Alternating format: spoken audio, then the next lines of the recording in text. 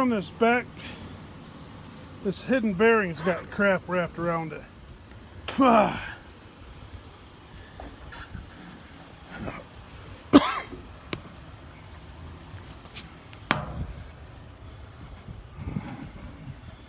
Yeah, it's all wedged in that bearing.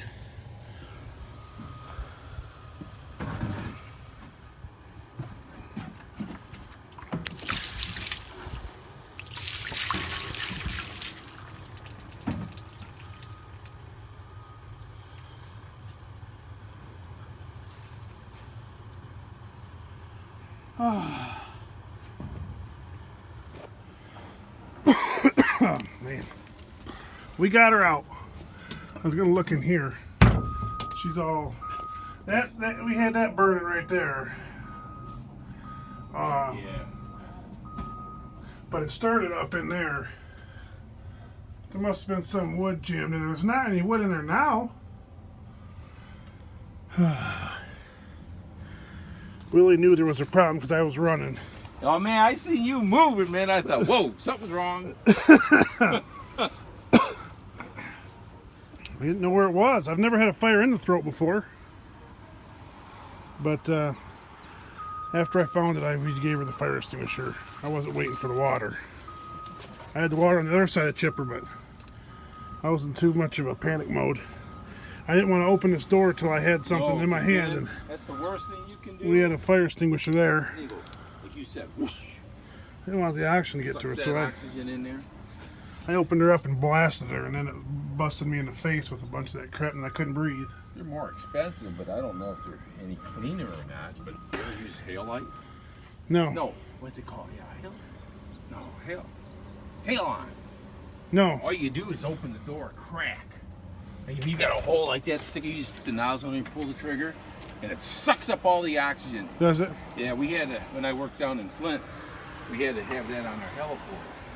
Oh, really? When if a helicopter was to catch on fire, the magnesium stuff on it, you can't see it burning, but it's burning.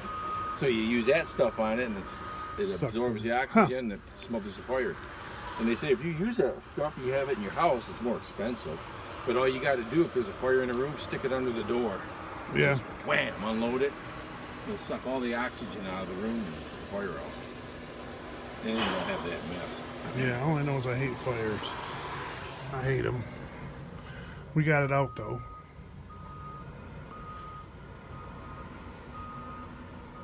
Jeepers, she's hot in here. Not sure what we got going on up there. There's nothing wrapped around that drum. Sometimes they get stuff wrapped around them. Nothing around it. The blood got flowing there for a minute. It was worked up. Like I said, I've never had one inside the throat. Had them everywhere else, but when it gets around, fire starts around that, it can fall down then apparently. But yeah.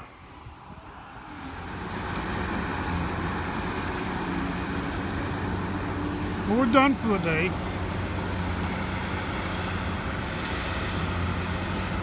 I just got done with all the trucks. And I finally got time to sit down and get something to eat. And then the boss comes and makes it all loud.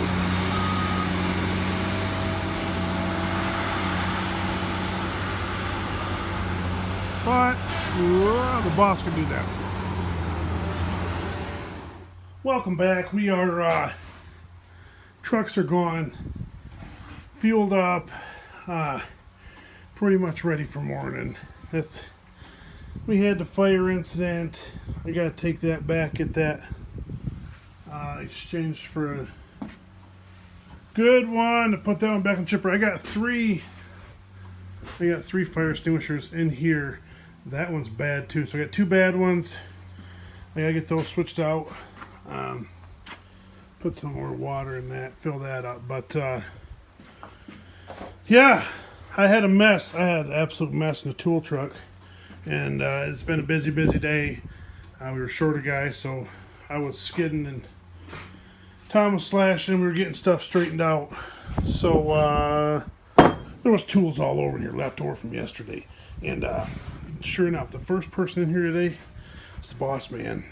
He had to get fuel, and it was like a disaster. So I'm sure he was real impressed with us this morning, this afternoon. But oh man, look at these. Look at these shiny things here. Yeah, that don't ever tickle your fancy there. And look at those rods. Got some new flail rods. Those are pretty nice. We got a whole bunch of them. Whole bunch of them. So we got those. We got a bunch of goodies in here. We got some fittings. The only thing I see is I don't have any 3/4. Those are not 3/4. I see. Those are 1/2 inch to 10. That's fine. I don't have any. I'll have to get some more. I need a 3/4 flat faced O-ring for that Tiger cat. I need some. He's got a hose leaking on there. I don't have any of those. Found that in the old Ford. Ford's down. Look, we got some new hose. We're just ready to go.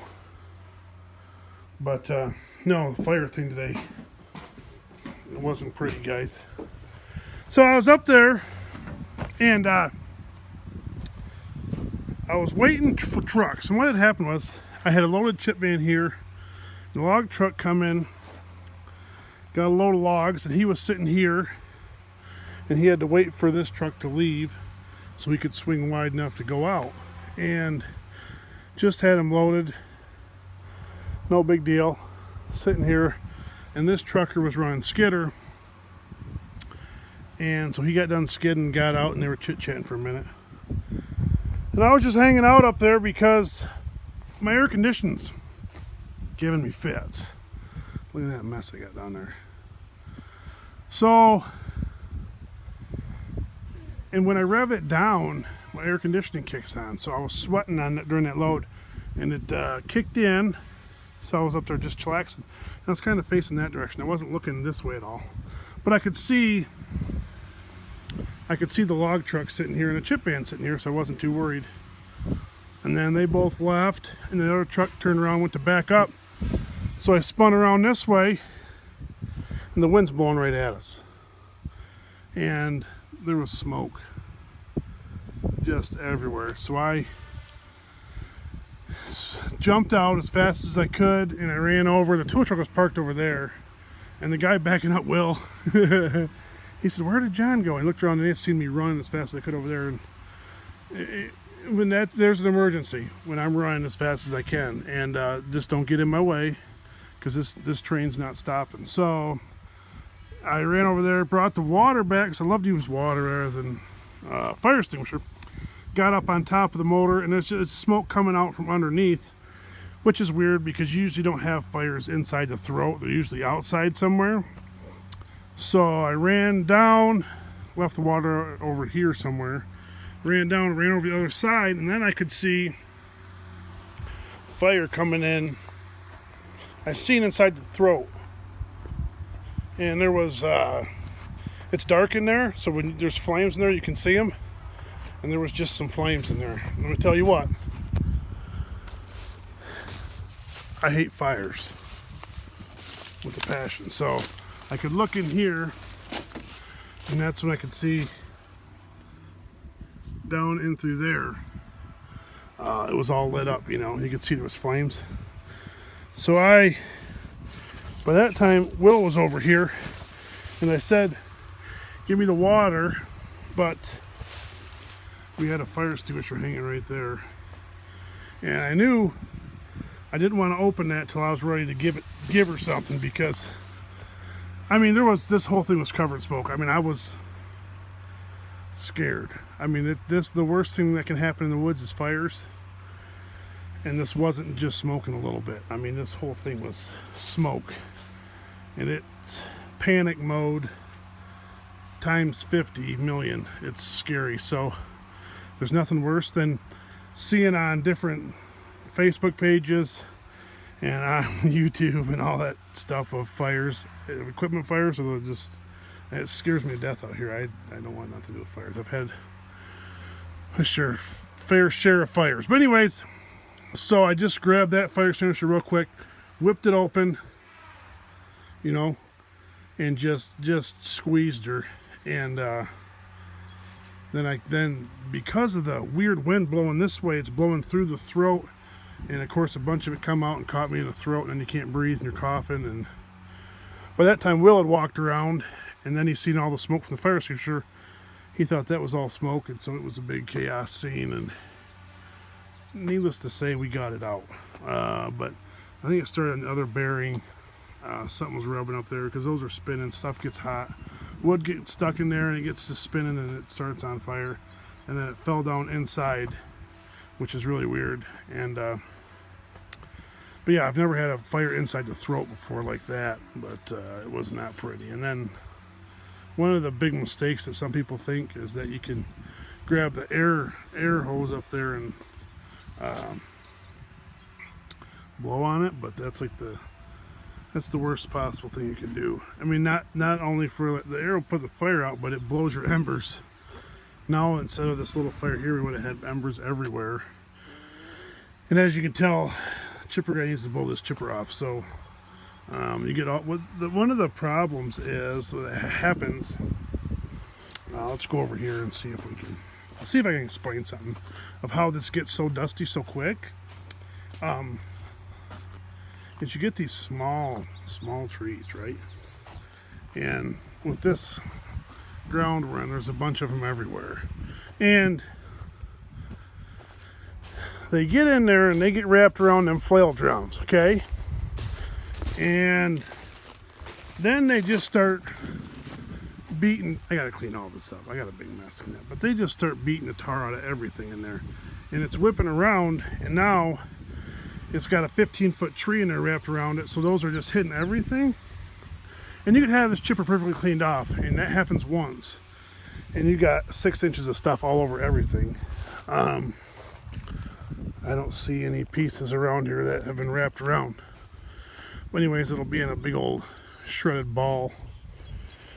And all it does is kick up all the dust that's in there, and just it starts coming out of every possible hole. And it's the finest. What in the world? It's the finest. How did I get that on me? It's the finest dust. I mean, it's just like powder, and it's just like screams fire. So you get a couple of those in a load, and all of a sudden the whole thing's covered, and it looks like it's been covered for months, but it's been really clean. But we just had a couple of those because there's all kinds of all that small stuff in there, as you can tell. And that gets wrapped around the drums and starts flipping stuff everywhere. Not working like how I want her to work, but it gets real dusty. And then if you get a fire, and it's just like, that's why these things are just a blast to do maintenance on. But that was today's fire. And yeah, the guy had her in the high side. Heart racing, blood was pumping, let me tell you. Fun, but I got cleaning up to do now. I got to clean my arm off first. But that conveyor, I don't know, guys. That thing's driving me nuts. Just bonkers. I'm not happy with her kitty wampus this way. And you can tell me there's an extra link in this side, but it's impossible, okay? Because I can go through and count the links in between all the bars, and they're all the same. So what happens is this side's stretched more than this side, but a considerable amount. It's not like it's a little bit, it's a considerable amount. So I don't know. And then you got stuff like this. I'll show you the problems. You see that? Yeah, that's about ready to wear through. And it's just, it's hitting hard there too. It's just not good. The chain's in rough shape. But it was a not, get down in there. Do you see that? That piece of ash trying to get down in there. Look at it. That's what happens is that crap rides up underneath there and then it gets balled up. But no, we got a considerable stretch on the one side and not on the other. And you cannot take links out of this side and not out of this side. If you take links out of here, you just shorten that bar system up right there between this bar and this bar. And this bar is different. And all of a sudden when she goes around one time, it ain't pretty with what happens up there at that. Let me tell you, it's not pretty. It's bad. It's real bad with what happens up there. So yeah, we just gotta deal with her for now. We'll keep patching her up. I'm not happy with those bolts at all. I think they should have been a 1/2 inch longer because that one's already loosening up. A 1/2 inch longer, and then I can smash my threads with a hammer, and that nut ain't coming off there. But it is what it is. We're gonna make her work. We're gonna just keep rolling. That's all we're gonna do. That's just all there is to it. So thanks for watching. I got a mess to clean up. We'll catch you guys later. Just keep rolling, okay? Just keep rolling. Even if you have to drive a 140 hour 535 and it's got the 30.5s on it, not the 35s, you know, just keep rolling if you have to run that, or even if you're in a Ford, just keep rolling.